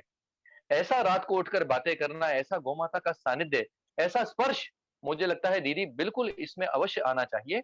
और मुझे लगता है कि माउंट आबू जब आऊँगा आपके साथ हाँ बैठकर फिर, और कुछ वहाँ के हाँ चिकित्सक अवश्य दीदी इसमें हम करेंगे। मुझे लगता है हाँ। स्वयं स्वाध्याय के लिए, स्वांतः सुखाय के लिए, समाज के सुख के लिए अवश्य दीदी ऐसा करना चाहिए, ऐसा मेरा मानना है दीदी। मैं एग्जाम्पल एक थोड़ा सा आपको अनुभव जी, सुनाती हूँ। मेरे जी, नाना का बहुत बड़ा बिजनेस था बॉम्बे में। जी, और जी, वहाँ पर कुछ ऐसा हुआ कि अचानक से फॉल डाउन हुआ सारा। तो उनका, हम लोग वैष्णव है बेसिकली, जी, तो अ, हाँ, गौ माता की सेवा क्या भी हो, एक टाइम सारा बिजनेस को रन करवाना और ये सब डिफिकल्ट बहुत हो गया था। पर गौ माता की सेवा कभी नहीं छोड़ी, हवेली में जाकर के गौ माता की। और आप लोगों बस गौ माता की सेवा से ही वापस आज इंटरनेशनल लेवल पर उनका बिजनेस। और बताइए, आज आप बताइए। सोचिएगा कि लगभग 5 पीढ़ी, मतलब 5 जो 2 भाइयों के 3 पीढ़ी, माना 5 भाई, दूसरे 5 सारे क्या बात! फैमिली पूरा वहाँ पर एक बॉम्बे में सेटल है। और इतनी जी, अच्छी तरह से वापस उठे हैं। और गौ माता की सेवा के आज उनको कईयों ने बताया भी कि आपके ऊपर गौ माता की कृपा है। वैसे आज मैं एक डॉक्टर केडिया जो हमारे बॉम्बे हॉस्पिटल से है, डॉक्टर जी, उन्होंने भी मुझे यहाँ पर गौशाला यहाँ पर डालने का हम लोगों का प्लानिंग था। उनको वो जी, गौमूत्र से, जो एलोपैथी दवाई भी है, जी, उसमें भी गौमूत्र बहुत यूज किया जाता है। तो ये एक्चुअली हमारे लिए गौ माता की इतनी विशेषता है वो आज हम लोग, हमारी जो पीढ़ी है वो जानती नहीं है, और इतना उनके ध्यान खिंचवाने के लिए आज जो राम भैया है, आप है, अमुक संस्था है, वो बहुत सुंदर कार्य कर रही है। पर एक बात है कि नेचर क्योर वाले जो, मैंने उनको यही कहा था, क्या हमारी संस्कृति अगर ऐसा होता तो श्री कृष्ण जी माना हमारा श्री कृष्ण भगवान ऐसे क्यों दूध के लिए चोरी करना, माखनों का ये महत्व बताना चाहते थे। तो हमारे तो कि अभी जो इंजेक्ट किया जाता है ना गायों को, दूध जैसे आपने कहा 52 लीटर्स दिया जाता है, वो 52 लीटर्स माना लालच के बस जो आज हालत हो गई है कि आज हम गौ माता के दूध को भी पाच्य नहीं समझते हैं। तो इसके लिए भी अनिवार्य है कि हम लोग सभी मिलकर के अगर कुछ कर सके, अवेयरनेस ला सके, और कैसे दूध को बढ़ाया जाता है बिना इंजेक्ट किए, क्या ये पॉसिबल होता है? बिल्कुल। हाँ दीदी, बिल्कुल। अब ये बिल्कुल दीदी, क्या है कि बेसिकली एक जो, चूंकि आपने विषय निकाल लिया है, वैज्ञानिक हूं मैं, जो आज के समय दूध बढ़ाने के लिए इंजेक्शन यूज हो रहा है, वह इतना खतरनाक है, चूंकि वह बेसिक हार्मोन ही नहीं है। वो क्या करते हैं, ये मैं स्थान तो नहीं बताना चाहूंगा, कई ध्यान में आए हैं, मैंने लोगों को सूचना भी इसकी दी है। ये क्या करते हैं दीदी, ये जो जो गोवंश मर जाता है, इसके ब्रेन से पिट्यूटरी का एक्सट्रैक्ट निकाल लेते हैं, जहां पर वो ऑक्सीटोसिन हार्मोन होता है। तो 50 पैसे, 1 रुपए, 2 रुपए में वो जो कान में लगा के रखता है, क्योंकि 50 लीटर रुपए लीटर दूध है, 2 लीटर दूध दिया और आपने यदि 70 रुपए का इंजेक्शन लगा दिया, तो बचा बचा क्या? तो ये जो मेल प्रैक्टिस लोग कर रहे हैं, वो ये वही पिट्यूटरी एक्सट्रैक्ट है, 50 पैसे और 1 रुपए और बच जाता है वो। उस पिट्यूटरी को कलेक्ट करते हैं वो लोग, और छोटी-छोटी मशीनों के माध्यम से उसको एक्सट्रैक्ट बनाकर और वो जानवरों को लगा रहे हैं। उससे क्या नुकसान है दीदी, कि जो उसमें पिट्यूटरी के साथ में 5-6 हार्मोन है, ग्रोथ हार्मोन है, रिप्रोडक्टिव हार्मोन्स है। तो जहां पर ये पाश्चराइज्ड मिल्क दिल्ली तरफ जहां यूज हो रहा है, वहां देखिए कि माताओं बहनों में वयस्कता बहुत जल्दी आ रही है। 9 साल 10 साल की बहन जो है वयस्क हो रही है। तो कुल मिलाकर कहीं ना कहीं हार्मोनल इम्बैलेंस और ये सब चीजें ध्यान में आ रही हैं। तो इनको लेकर दीदी बहन बहुत, सरकार बहुत जागरूक हुई है। गौ माता का स्पर्श, इसलिए बायोलॉजिकल बिहेवियर रिफ्लेक्सेस कहा है कि जो गौ माता को दूध लगाता वो पहुंच जाए, उसका बछड़ा या बछड़ी पहुंच जाए, उसके बाल्टी की आवाज आ जाए और उसको उसको उस ग्वाला की स्मेल आ जाए। मुझे लगता है यह पर्याप्त बायोलॉजिकल बायोस्टिमुलेशन है दूध के आहरण के लिए। तो बिल्कुल आवश्यक नहीं है कि आप दूध लगाएं। आजकल क्या है कि दीदी जल्दबाजी, हमारा हमारा समाज जीवन कहाँ भाग रहा है और पता नहीं इतनी राशि और धन लेकर कहाँ जाएगा। इतना जल्दी जल्दी सब, आप प्रॉपर समय दीजिए और आप देखिए कि गौ माता तो नेचुरली दूध, आप अभी मैं एक वीडियो देख रहा था दीदी कि गौ माता आकर एक स्थान पर मुम्बासा करके जगह है साउथ अफ्रीका में, उन्होंने बताया एक बहन ने कि मुम्बासा में एक स्थान पर जाकर और गौ माता का दूध अपने आप निकलने लगता था। मतलब ऐसा आप देखिए, गौ माता अपने बच्चे बछड़े बछड़ी को देखकर अपने आप दूध देने लगती है। आपने इसको देखा होगा। तो मुझे लगता है ये केवल बिहेवियरल बायोस्टिमुलेशन है। और मुम्बासा में उस स्थान पर जहां गौ माता दूध दे रही थी, देखा गया शिव मंदिर निकला। तो यह हमारी चिरातन संस्कृति, यह हमारा चिति चरित्र है, हमारा यह वैचारिक अधिष्ठान है। तो मुझे लगता है दीदी बिल्कुल इस पर बैन होना चाहिए, सरकारें इस पर बहुत स्ट्रिक्ट है। और ये जो बेसिकली इंजेक्शन लग रहा है 50 पैसे 2 रुपए का, ये सर आप म्यूट पे। हेलो। हाँ जी सर, इसी से मिलता जुलता मैं आपको एक पॉइंट बताऊंगा, अपने दोस्तों को भी बताना चाहूंगा सर।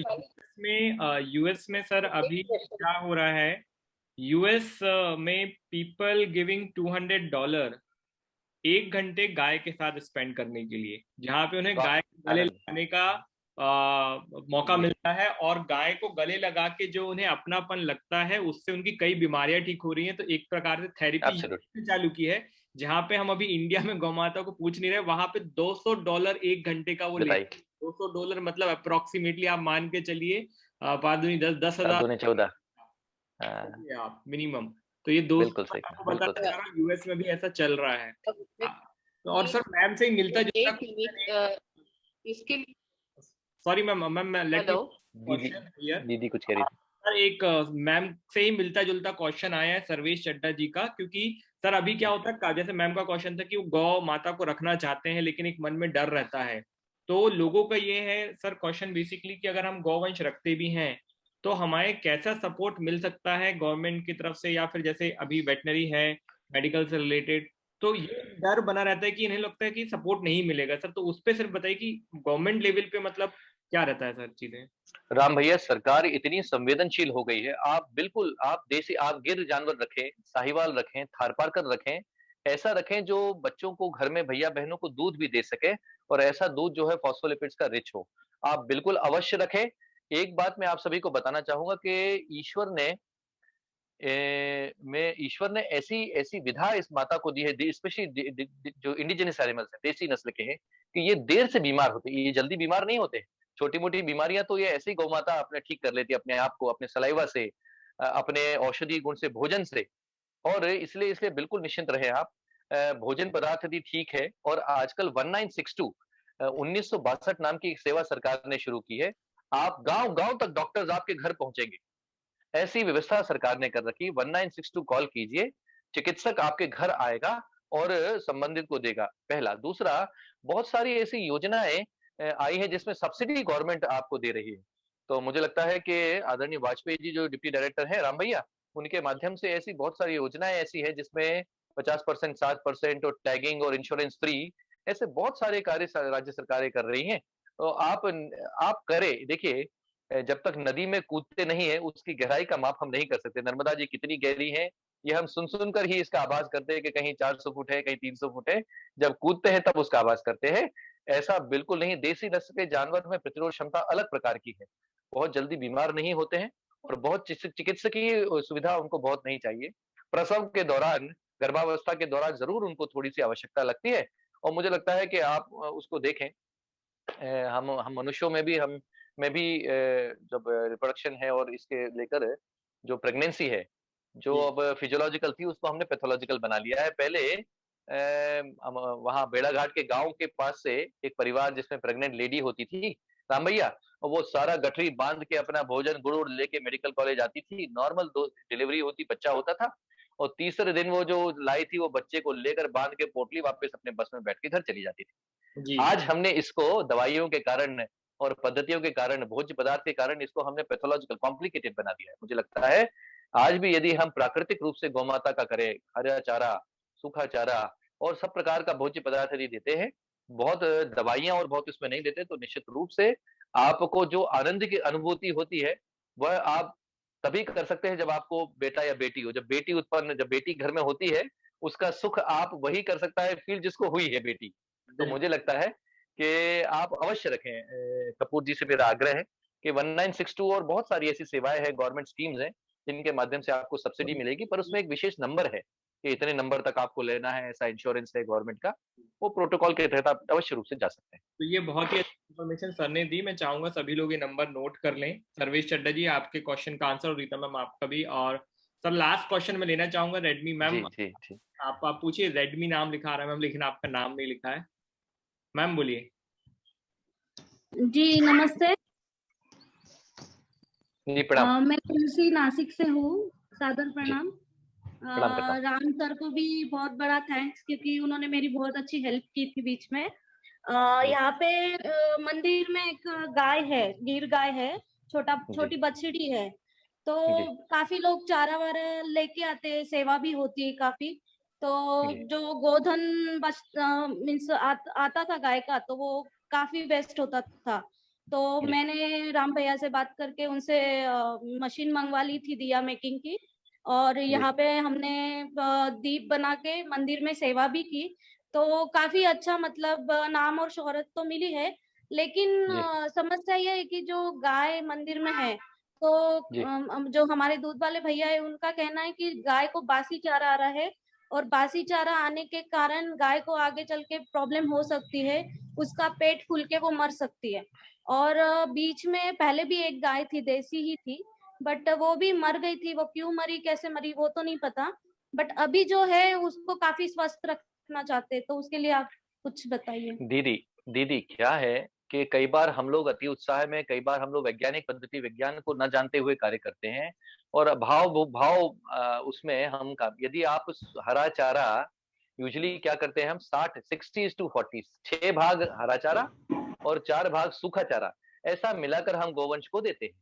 अब यदि पूरा का पूरा हरा चारा आप दे देंगे, तो निश्चित रूप से निश्चित रूप से दीदी उसमें फर्मेंटेशन होगा, वो फर्मेंटेशन होगा तो गैस वगैरह उसको दिक्कत कर सकती है। इसीलिए एक कॉम्बिनेशन होता है सूखा और हरा चारे का कॉम्बिनेशन। तो मुझे लगता है कि मंदिर के माध्यम से और समाज के माध्यम से यदि हम कुछ सूखा चारा, गेहूं का जो भूसा होता है उसको रख लें और हरा चारा, इन दोनों को मिलाकर चेफ कटर से छोटा-छोटा काट कर यदि हम दोनों को 6:4 60-40 के अनुपात में देते हैं, तो निश्चित रूप से उत्पादन भी बड़ा रहेगा और उसको गैस संबंधी जो पेट फूलने वाली समस्या हुई नहीं होगी। और सूखा और चारा से दीदी बहुत फर्क नहीं पड़ता। देखिए गौ माता, यही तो मैं कह रहा हूँ ईश्वर तुल्य क्यों है।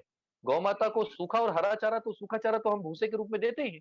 तो पर नहीं, ये है कि वो विषाक्त ना हो, वो ये ना हो कि उसके साथ में बरसीम के साथ में, लूसन के साथ में, ज्वार मक्का के साथ में कोई ऐसा पौधा आ जाएगा जो टॉक्सिक हो, वो निश्चित रूप से पेट को नुकसान कर सकता है। अन्यथा हरा और सूखा चारा दोनों को मिलाकर देंगे तो गैस संबंधी, पेट संबंधी कोई जानकारी, कोई ऐसी बीमारी, परेशानी नहीं आएगी। जी सर, बात ऐसी है कि वो चारा वाला जो होता है वो शाम को चारा डाल के जाता है, हरा वाला जी, जो कोई उसको बात दिन नहीं। भर सुबह में दिया जाता है। तो दीदी जी, कोई बात नहीं दीदी, सुबह आप इसको सुबह सूखा चारा पानी के साथ में मिलाकर और थोड़ा-सा गुड़ और ऐसा डालकर उसमें दें और शाम को सूखा और हरा चारा मिलाकर चेफ कटर के साथ में आधा-आधा भाग देंगे और देखिए बहुत अधिक हरा चारा इकट्ठा आप दे देंगी तो फर्मेंटेशन होगा, ब्लोट हो सकता है। इसीलिए दोनों का कॉम्बिनेशन आप देंगी तो गिर तो वैसे ही बड़ी स्टडी है दीदी, बहुत मतलब ईश्वर ने उसको बड़ा वो दिया है। तो दोनों को मिलाकर आप देंगे तो निश्चित, अभी देखिए कई बार जो सेवा में करने आते हैं वो सीधा हरा चारा लिया और सीधा खिला दिया, कई बार 10 किलो 5 किलो ऐसा भी खिला दिया। तो कई बार ऐसा न्यूनता हमारी ओर से होती है। यदि सूखा और हरा चारा यदि आप कॉम्बिनेशन में देते हैं और कोई किसी प्रकार का कोई विषाक्त पदार्थ उसमें पौधा, पेड़ पौधा नहीं है, तो निश्चित रूप से कोई बीमारी नहीं आएगी। और यदि इनकेस आती भी है तो एकाध पशु चिकित्सक आपके यहाँ पर जो भी हो उससे एक बार संपर्क रखें। तो हमारे यहाँ तो क्या है, पेट के संबंधी हुई तो हमारे एक टीचर हुआ करते थे, केले में हींग रख के और हल्दी अजवाइन रख के और गौ माता को दे देते थे। अब इसमें तो कोई डॉक्टरी नहीं है दीदी, तो हल्दी अजवाइन है, हल्दी है और केमा और इसको रखकर केले में रखकर और हींग ऐसा रखकर उन्होंने दे दी, तो वो ठीक हो जाता था पेट का। तो ऐसे नित्य उपचार, घर के उपचार और सावधानी ऐसा रखने से निश्चित रूप से बीमारियां दूर रहें। जी बहुत धन्यवाद। और सर मैं बताना चाहूंगा तुलसी मैम हमारे साथ नासिक से हैं और इन्होंने निस्वार्थ भाव से गौ सेवा को उठाया हुआ जैसे बता रहे हैं और काफी सुंदर दिए इन्होंने बनाए हैं और इन्होंने भी सर फ्री कॉस्ट ये दिए लोगों को जागरूक करने के लिए नासिक क्षेत्र में दिए हैं, तो एक बहुत अच्छी पहल उनकी तरफ से है। तो मैं राम भैया उनका नाम ही तुलसी है, वो तो तुलसी स्वरूपा है और क्या, वो तो तारण करने आई है हम सभी को। ये सब मातृशक्ति तो पूजनीय है। ये सब देखिए कितने परिवारों का कल्याण करेगी, सब ईश्वर तुल्य है, ये सब इनको प्रणाम कीजिए, ये सब चरण इनके। जी सर, और एक बात बताना चाहूंगी, यहाँ पे मंदिर में बहुत बड़ा स्पेस है जो खाली पड़ा है, तो वहाँ पे हम वनौषधि लगाने का काम कर रहे हैं। तो अभी तक 100 के तकरीबन हमने वनौषधि वहाँ लगा दी है और उसका पालन पोषण भी मैं ही देखती हूँ। बिल्कुल दीदी, बहुत आनंद है दीदी, बहुत आनंद। जी धन्यवाद। बहुत बहुत धन्यवाद है सर कि आपने अपना समय निकाला और इतनी अच्छी इन्फॉर्मेशन दी है। मैं सभी श्रोता लोगों की तरफ से आपका धन्यवाद देता हूँ सर, साधुवाद देता हूँ। बहुत ही अच्छी इन्फॉर्मेशन मिली है हमें। यूट्यूब पे काफी कमेंट्स आ रहे हैं सर आपके लिए, लोग आपका नंबर मांग रहे हैं, जुड़ना चाहते हैं। तो मैं आपको बता दूं कि सर से बात करने के लिए आप प्राकृतिक भारत से जुड़ सकते हैं। सर हमारे साथ बिल्कुल अवश्य की आवश्यकता होगी। इस ट्रेनिंग की पूरी रिकॉर्डिंग हम आपको प्रोवाइड कराएंगे यूट्यूब पे। अगर आपने कोई भी चीज मिस की हुई होगी, सर की इतनी इंपॉर्टेंट बातें जो हैं वो सब आप तक हम पहुंचेंगी। सर एक बार फिर से मैं आपका धन्यवाद देता हूं और मैं आपसे आज्ञा चाहूंगा सर अब की ट्रेनिंग हम यहाँ समाप्त करते हैं। बहुत बहुत धन्यवाद सर और सभी श्रोतागण बहुत आपको प्रणाम करता हूँ। और एक मंत्र के साथ, ओम ब्रह्मार्पणम ब्रह्मवीर ब्रह्माग्रो ब्रह्माहुतम ब्रह्मेवेतेन कर्तव्यम ब्रह्म कर्म समाधि नाम। आप सभी में विद्यमान उस परम परमेश्वर को प्रणाम करते हुए और प्राकृतिक भारत का सहस्त्र वर्ष की आयु हो और राम भैया जो है 1000 वर्ष जिए और ऐसा अच्छा काम समाज और प्रकृति के लिए करते रहे, ऐसा मेरा ईश्वर से कामना है, ऐसी मेरी अपेक्षा है। जी sir, thank you so much sir. Thank you everyone. Will update training in our page and channel. Thank you so much. Thank you, Ram bhai. Thank you very much.